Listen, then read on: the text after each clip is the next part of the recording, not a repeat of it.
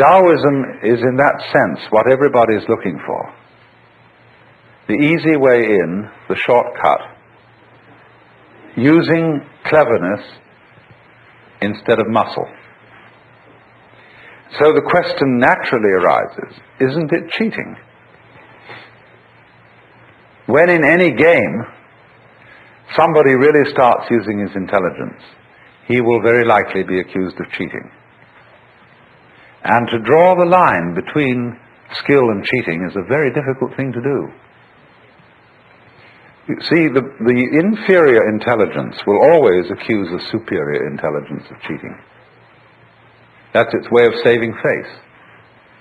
You beat me by means that weren't fair.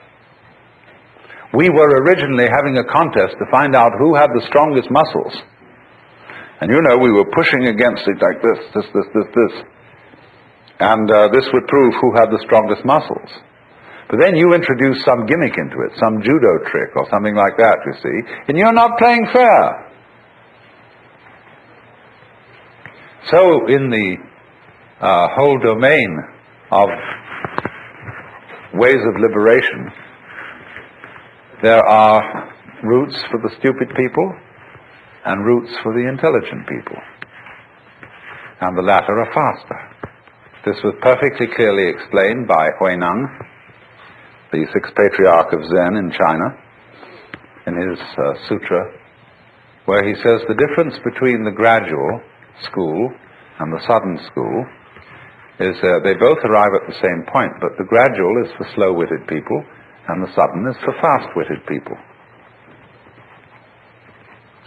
Can you, in other words, find a way that sees into your own nature, that sees into the Tao immediately? And at the end of this morning's talk, I pointed out to you the immediate way, the way through now. When you know that this moment is the Tao, and this moment is considered by itself, without past and without future, eternal, neither coming into being nor going out of being, there is nirvana. And there is a whole Chinese philosophy of time based on this. It hasn't, to my knowledge, been very much discussed by Taoist writers. It's been more discussed by Buddhist writers, but it's all based on the same thing. Dogen, the great 13th century Japanese Zen Buddhist, studied in China, and he wrote a book called Shobo Genzo. A Roshi recently said to me in Japan, "That's a terrible book, because it tells you everything." It gives the whole secret away. But in the course of this book, he says,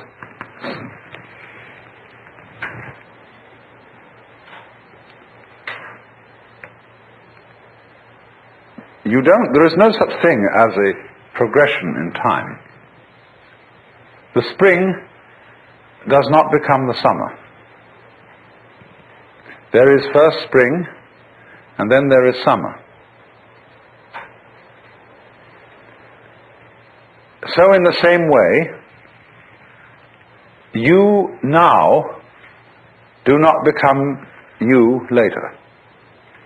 This is T.S. Eliot's idea in Four Quartets, where he says that the person who has settled down in the train to read the newspaper is not the same person who stepped onto the train from the platform.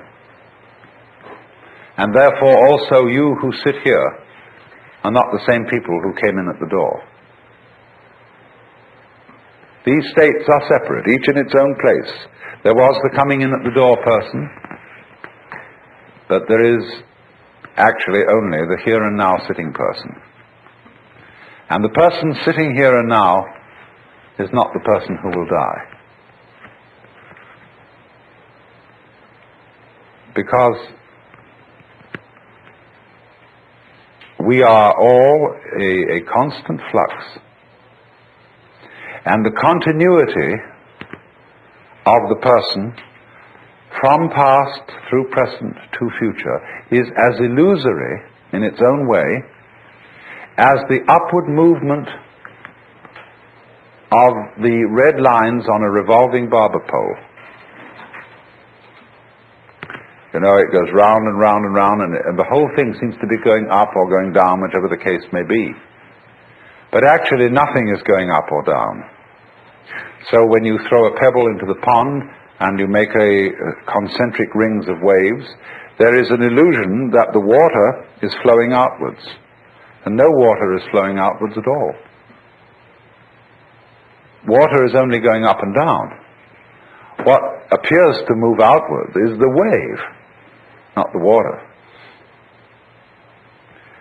So this kind of philosophical argument says that our seeming to go along in a course of time,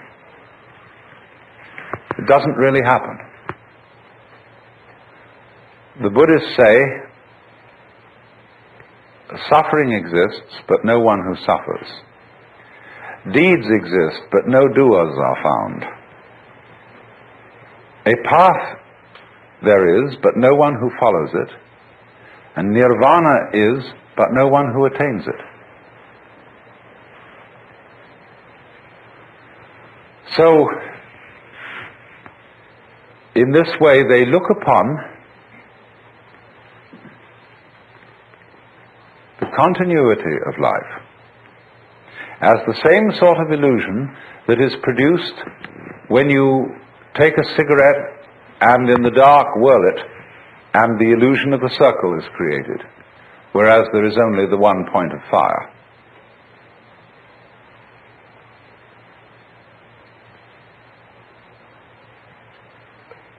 The argument then is,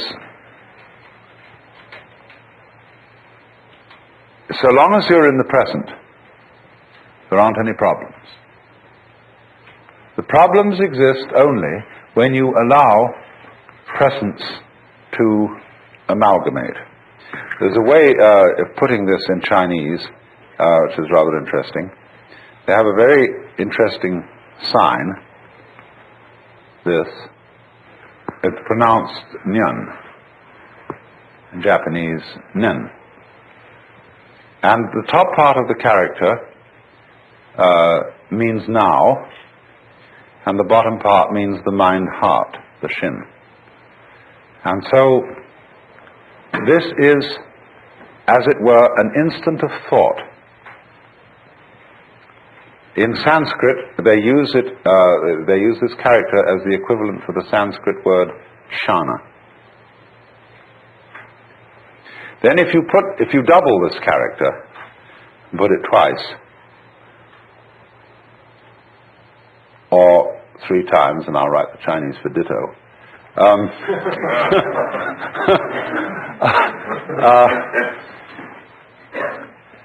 Nyan, nyan, nyan means thought after thought after thought.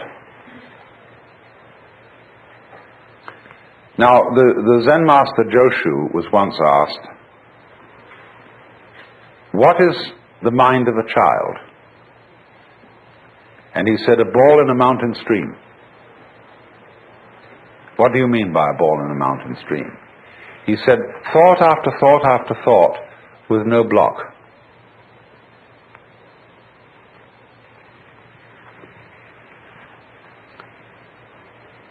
So, he was using, of course, the mind of the child as the innocent mind, the mind of a person who's enlightened.